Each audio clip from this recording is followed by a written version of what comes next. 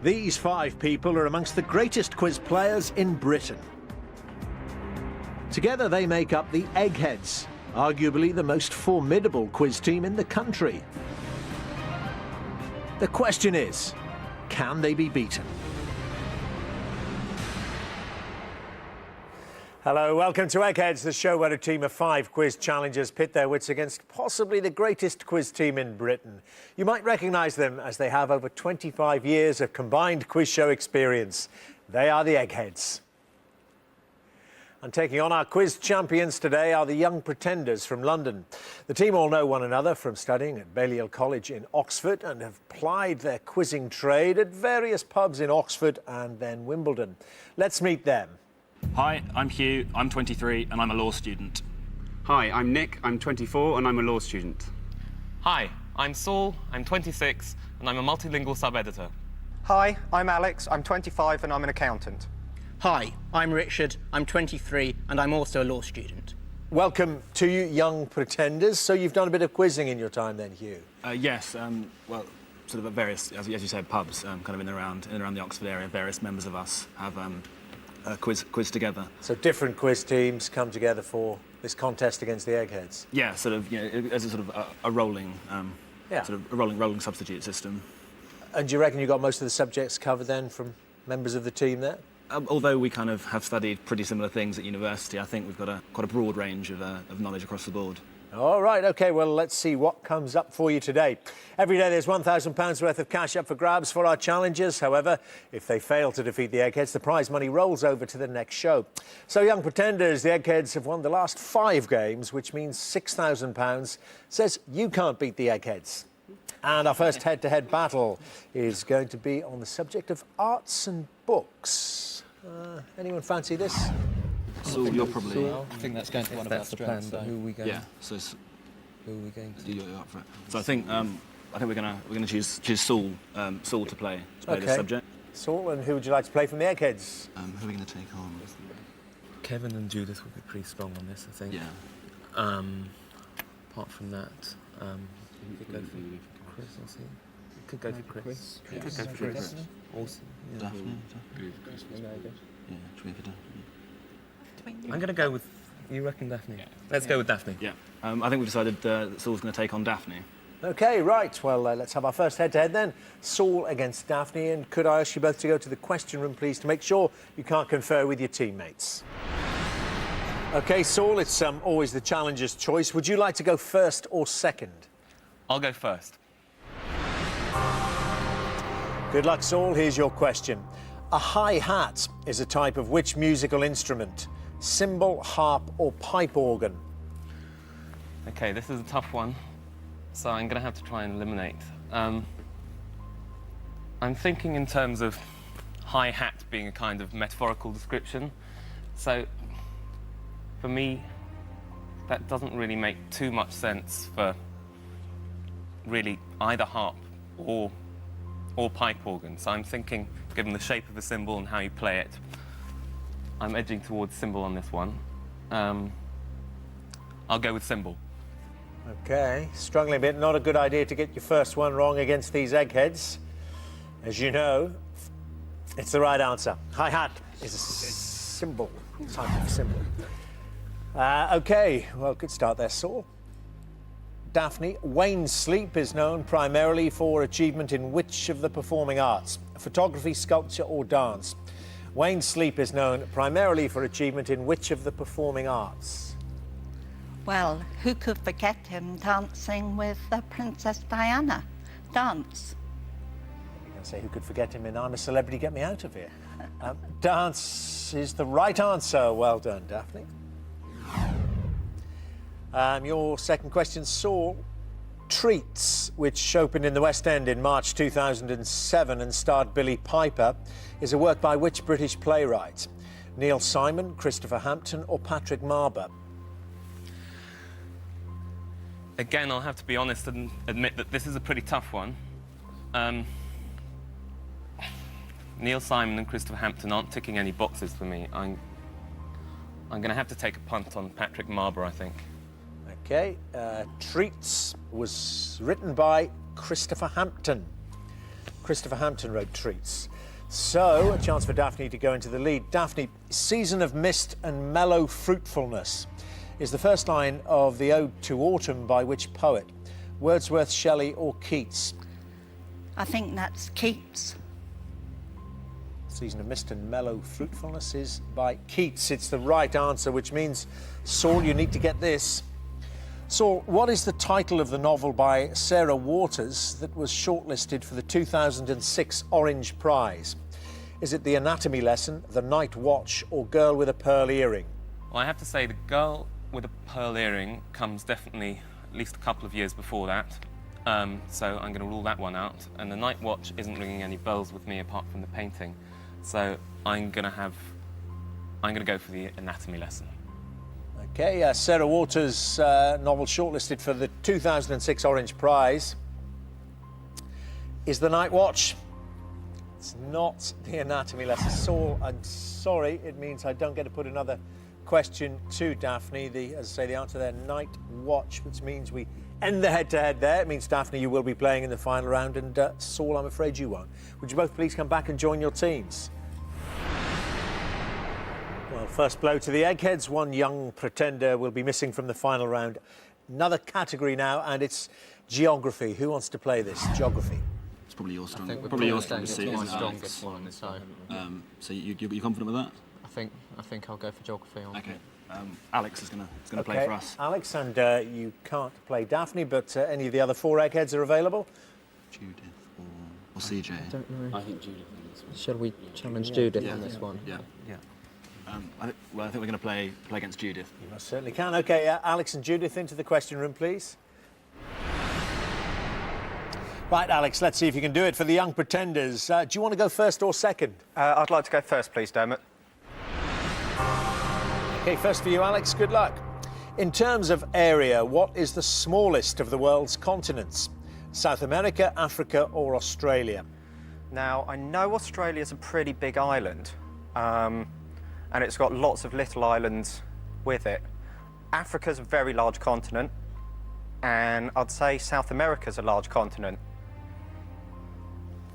I'm not sure which one, but I think I'm going to go for Australia. OK. Yeah, it's the right answer. Good start. Australia. Your first question, Judith. Flintshire and Denbighshire are areas of which country of the UK? Wales, Scotland or Northern Ireland? Well, they're not Northern Ireland and they're not Scotland, so they are Wales. Flintshire and Denbighshire are areas of Wales. Yes, it's the right answer. So back to you, Alex, for a second question. Alex, Gettysburg, where Abraham Lincoln gave his famous address, is in which US state? Is it Pennsylvania, North Carolina or California? OK, well, I think I can eliminate California straight away because I don't believe that would have been part of the United States at that stage. I believe that came in later, being on the west. I'm not too sure about North Carolina. I think I'm going to go for Pennsylvania, but it's only a guess between those two. OK, not California, but Pennsylvania or North Carolina, you think? Yeah, it's not California. And it's not North Carolina. It's the right answer, Pennsylvania. Well done, Alex. So, Judith, second question. Which French city is the leading resort on the Côte d'Azur? Is it Lille, Biarritz or Nice? Well, Lille is a sort of industrial town in the north, and Biarritz is on the Atlantic, on the west. So Nice is on the Côte d'Azur. Ah, know your French geography, don't you? It's the right answer, Nice, the leading resort on the Côte d'Azur. So 2 each. Well, Alex, going well. See how you do with this. The flag of which overseas territory of the UK features a castle with a key hanging from its gateway? Is it Bermuda, Gibraltar or the Falkland Islands? OK, I'm pretty confident on this one because I know my flags and I like the various different colours on flags, so I'm going to go for Gibraltar. How do you know your flags? Is this a secret you've been keeping from the rest of the young pretenders? They're almost open-mouthed in amazement. Do you collect them or just learn them? No, it's just something that, as you can tell from my bright shirt, I'm into brightly coloured fabrics. Right. And I've been a fan of flags, so I'm going to stick with Gibraltar. Very useful in a contest like Eggheads. It's the right answer. Gibraltar is correct. The castle with a key hanging from its gateway. He could almost be an honorary egghead, couldn't he, learning his flags? But people think you're mad if so, yes, you know. I mean, I've got a book on them. But everybody does think Yeah, we'd expect that of you. No, we don't think it, we know it. They are fascinating, not the little bits in them. Just a closet vexillologist. Not so much of the closet.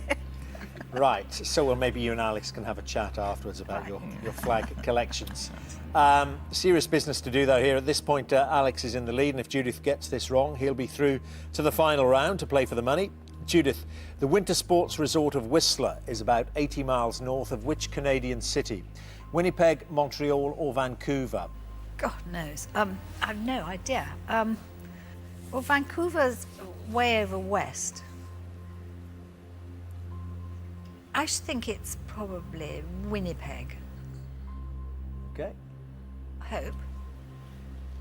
I don't know. All right, going for Winnipeg. 80 miles north of Winnipeg, is it Whistler? No, and just because Vancouver's on the west doesn't mean to say you could be north of it. It's Vancouver. Is it? Come on. Which means you're through, Alex. Well done, 3-2 to you. You will be playing in the final round for £6,000 today. Would you both please come back and join your teams? That's great to find out. We have two flag... What are they? What's the word again? Flag collectors, Chris? Vexillologists. Say Alex and Daphne get together at the end of the show. As it stands, the Young Pretenders have lost one brain from the final round, but the Eggheads have now lost one brain as well. And we're going to play an entertainment round next. So who'd like to play this? Hugh, Nick or Richard? Entertainment. It's probably not our strongest category as a whole. We're running low on resources, I think. Richard isn't really what you'd call popular culture, man. Is No, I don't think so. No, so do you want to You take... might fancy this, didn't you, Nick? Yeah, I think I'll take this one. Yeah. OK, Nick, and from the Eggheads, Judith and Daphne have played, so one of the chaps. Right. Well, we're probably our best chance of getting... I know Kevin's lost a couple of times on entertainment before. CJ's normally pretty good. Not AI. Should we go for Kevin? If there's anything Kevin's Yeah. weak on, Might be this one. I think we're going to play against Kevin. OK, Nick against Kevin. If there's anything you're weak on, it might be this one. Might be. Might be. You will be found out if you are. Would you both please take your positions in the question room? Well, Nick, you said you were hoping to find out if Kevin had a weakness in this entertainment category. He's actually won it the last 11 times he played, which is weaker than some of his other categories, so you never know. Nick, would you like to go first or second? I'll go first, please. Good luck, Nick. Here's your question. The characters Paul and Pauline Calf were created by which comedian? Steve Coogan, Paul Kay or Peter Kay? Well, I don't think I've heard of Paul Kay. I have heard of Steve Coogan and Peter Kay. Steve Coogan, I know, has done certain other characters, not Paul and Pauline Calf. So, not having heard of Paul Kay, I'm going to have to go for Peter Kay. OK, Peter Kay, Paul and Pauline Calf. They are actually Steve Coogan characters. It is Steve Coogan, so not a good start, but let's see how Kevin does. Kevin, what was the name of the band formed by the winners of the 2001 television show Pop Stars? S Club 7, Hearsay or the Sugar Babes? What was the name of the band formed by the winners of the 2001 TV show Pop Stars? That was Hearsay. Whatever happened to? Mylene's still around? Oh, yeah, absolutely. Oh, yes, individuals are. The name of the band formed by the winners of Pop Stars in 2001 is Hearsay. It's the right answer for Kevin. So, Nick, let's see if you can do better with this one. Nick, which group had a UK hit single in 1963 with the song Puff the Magic Dragon? Chicory Tip, Peter, Paul and Mary or Lieutenant Pigeon? Which group had a UK hit single in 1963 with the song Puff the Magic Dragon? Now, my mum would know this. This is really her area. Obviously, 1963 is probably a little bit early for me. I'm afraid it's going to be more or less a guess, but I think Peter, Paul and Mary rings a vague bell. Not necessarily in connection with Puff the Magic Dragon, but I'm going to have to go for that. OK, Peter, Paul and Mary ringing some bells. Well, maybe your mother used to sing it to you when you were a lad. It's the right answer, Peter, Paul and Mary, Puff the Magic Dragon. OK, Kevin. Why can't a woman be more like a man? Is the first line of the song A Hymn to Him from which stage musical? Annie Get Your Gun, Calamity Jane or My Fair Lady? Well, my memory was refreshed on this one by having seen it on stage not too long ago, so it's My Fair Lady. Anyway. Why can't a woman be more like a man? My Fair Lady is the right answer, yes. So, putting Nick on the back foot. You've got to get this, Nick. The 1973 film Don't Look Now, starring Donald Sutherland and Julie Christie, was based on a short story by which writer? Iris Murdoch, Daphne du Maurier or P.D. James? Again, it's before my time, I'm afraid. That shouldn't really be an excuse, I suppose. It's going to have to be more or less, I guess. I know certain Daphne du Maurier titles. I'm not so familiar with the other two, so I'm going to take a guess at Iris Murdoch. Said you're familiar with some Daphne du Maurier ones. Not this one then, because it is by Daphne du Maurier, which means no weakness from Kevin in this entertainment round. Nick, you won't be in the final round. Would you both please come back and join your teams? The game swinging slightly back towards the Eggheads. Now the Young Pretenders have lost 2 brains from the final round. The Eggheads have lost that 1. Our next subject, our last head-to-head before the final round, is history. And who wants to play this? Hugh or Richard? One of you two? History. I mean, Richard, you read quite a lot of history at university. It's not my forte. It's probably your sort of subject. I'll take it. Yeah, okay. Richard's going to play. Sound keen, Richard, and Chris or CJ for you? Also, mate, don't play Chris at history. So by sort of elimination. It's got to be CJ. It's going to be CJ. Yeah. Okay, we're going to play CJ. Avoiding Chris at history there. So leaving him for the final round, it means. But let's have Richard and CJ into the question room, please. Well, Richard, this will level it up in the final round if you can knock CJ out. Would you like to go first or second? Yes, I'd like to go first, please. Your first question, then. Which of Henry VIII's wives was the first to be beheaded? Catherine of Aragon, Jane Seymour or Anne Boleyn? Well, the rhyme used to go, died, beheaded, died, and Catherine of Aragon was first, and Anne Boleyn was second, so I think she was beheaded first, so Anne Boleyn. Anne Boleyn, yes, was the first of Henry VIII's wives to be beheaded. Yes. And your first question, CJ. The Roman Civil War from 49 to 48 BC was fought between Pompey and which other general? Julius Caesar, Nero or Augustus? Oh dear. This is Daphne's speciality, not mine.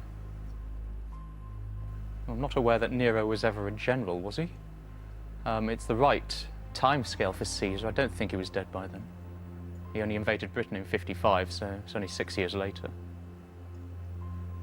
I don't actually know, but I'll have to go for Caesar. OK, Julius Caesar. Well, Daphne, is he right? Yes, he's quite right. Yep, Julius Caesar fought Pompey in the Roman Civil War. So, yeah, a bit of a shake there, but the right answer. Richard? Sir Rowland Hill is credited with introducing what in the UK in 1840? The London Underground, the Penny Post or level crossings? Well, it's certainly not the London Underground. I think that's later. I'm not sure when level crossings came. I think it's the Penny Post, and there's always strikes, so I'm going for the Penny Post. Sir Rowland Hill introduced the Penny Post in 1840. Correct. 2 to you. CJ, the name of which US state was used as a code for one of the 5 beaches in the Normandy landings in 1944? Oklahoma, Georgia or Utah? It was one of the 2 beaches used by the US soldiers for their landings, and it was Utah. Utah, absolutely right. 2 to you then.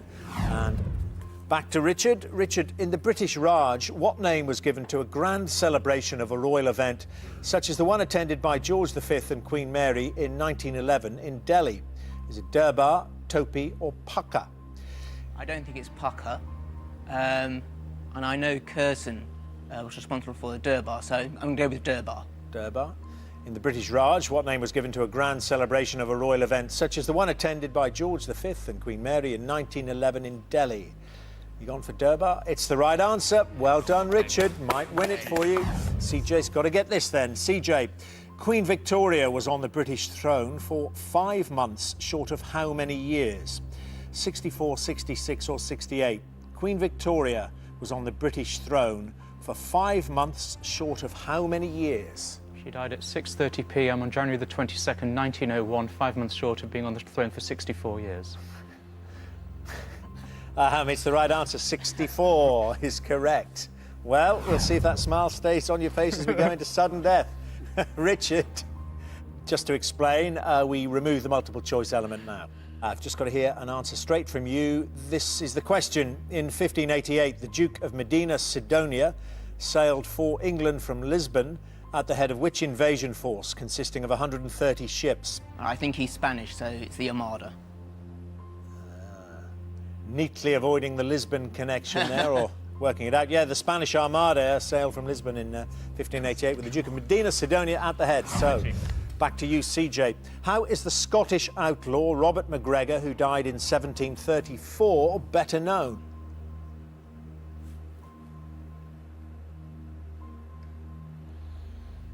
Oh, don't know.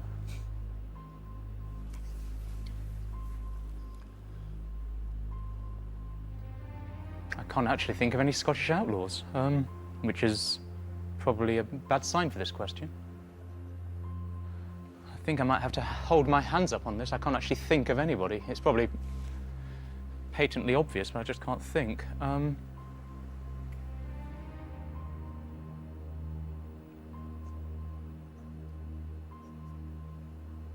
No, I'm sorry, I haven't got an answer. I do apologise, I don't know. Pass. OK, white flag. Eggheads? Rob Roy. Rob Roy, CJ. Oh, of course, yes. Rob Roy. Well, great news for the Young Pretenders with a bit of a Scottish connection in your title as well there.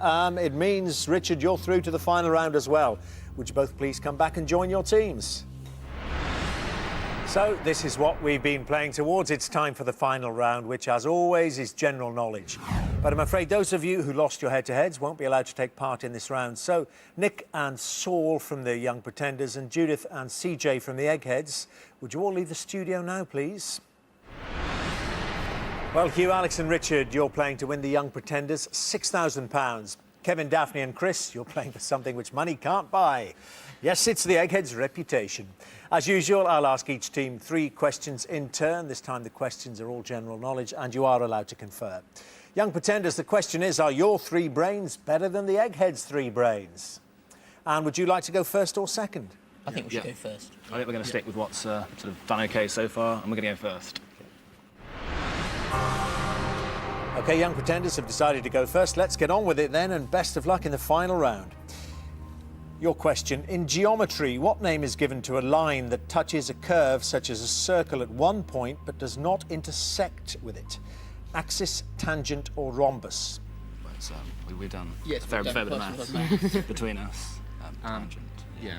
Yeah. Well, it's definitely not rhombus. Yeah. Yeah. Nor axis, so... Yeah, we're going to go for tangent. Going off at a tangent. It's the right answer. Well done.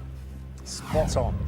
So, Eggheads, which TV sitcom character had a catchphrase, "I have a cunning plan"? Albert Steptoe, Baldrick or Victor Meldrew? Which TV sitcom character had the catchphrase, "I have a cunning plan"? Yeah, well, in all 4 series of Blackadder, it was the poor downtrodden Baldrick, played by Tony Robinson. Who kept having cunning plans. Yes, it's the right answer, Baldrick. So back to the Young Pretenders for the second question. Which singer married Penny Lancaster on the Italian Riviera in June 2007? Mark Owen, David Bowie or Rod Stewart? Okay, that was quite recent. Yeah, I mean, I'm not aware of Mark Owen having got married recently, nor in fact David Bowie. I mean, it's Rod I'm Stewart. pretty certain that She's Rod the Stewart. tall, Yes. leggy blonde. Which he seems to go for. She seems to like. So, yeah, Rod Stewart. Rod Stewart, yep, it's the right answer, so 2 to you. Eggheads, which scientific term used to measure small entities such as atoms shares its name with a burrowing creature? Mole, badger or rabbit? Which scientific term used to measure small entities such as atoms shares its name with a burrowing creature? That's the same word that turns up in molecule. It's a mole. A mole, absolutely right. 2 each. Well, young pretenders, your third question. The colour known as ecru is that of what material? Tanned leather, unbleached linen, or blueberry juice? The colour known as ecru is that of what material? I'm not sure on this. I've got no I've idea. got How no we, idea. should we ask her to spell it? I mean, Yeah. How do you spell ecru? E-C-R-U. C-I-U. Right. So it sounds quite sort of French. Yeah. Who's got a decent knowledge of French? Because I don't. I don't either. I've heard this before, and I can't. Is it leather? I don't know. Is it possibly blue? Yeah, so I was thinking along those lines. Do you reckon? Possibly. Would blueberry juice have a... It's quite a weird one to put in there, I suppose, isn't it? Yeah. So maybe that... It's quite a weird one just to stick in there randomly. Should we have a go for that? Should we go for that? I'm not sure. I've got no idea. I've not heard of it. I'm not aware of it. So are we stuck on that? Yeah. Blueberry juice? I think we'll try that. Yeah, we don't know, but we're going to have a guess at blueberry juice. Okay, going for blueberry juice. Ecru is... It's not blueberry juice. It's the wrong answer. It's Eggheads of the other two. Unbleached linen. Unbleached linen. Unbleached linen. Beige, basically. Yes. Yeah. Ecru, unbleached linen, matches the colour. So, the door's wide open for the Eggheads. What is another name, Eggheads, for the silly season when Parliament is in recess and the newspapers have to fill the pages with inconsequential items? Is it the fat dog season, the big gooseberry season, or the fluffy sock season? What's another name for the silly season when Parliament is in recess and the newspapers have to fill the pages with inconsequential items? Probably shocking. I don't think it's the fat dog season. I think it's the big gooseberry season. That's what I Yeah. That's definitely Yeah. his instinct as well. Well, yeah, it's more an American thing actually than a British, but it's the big gooseberry season. Why do you think that? Well, fat dogs, they're any time of year anyway. Fluffy socks, nobody's going to write about fluffy socks unless you're sort of foot fetishist. But big gooseberries, sometimes news. I see, kind of in the summer you might get, yes, writing about the agricultural shows and things like that. It is the right answer, Eggheads. Big gooseberry season, another name for the silly season. It means, Eggheads, you've won.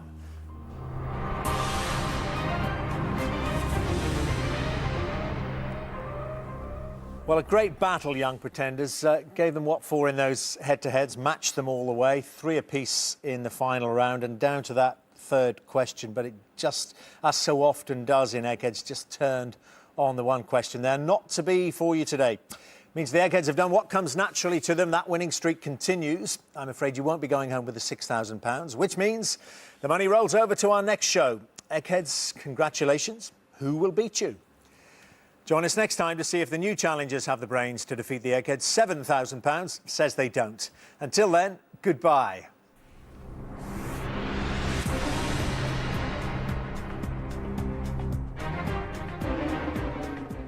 Letitia Dean and Kelly Brook are on the sofa next in Strictly Come Dancing, It Takes Two. And if you want to catch all the latest showbiz news, including an interview with Halle Berry, switch to BBC News 24 now.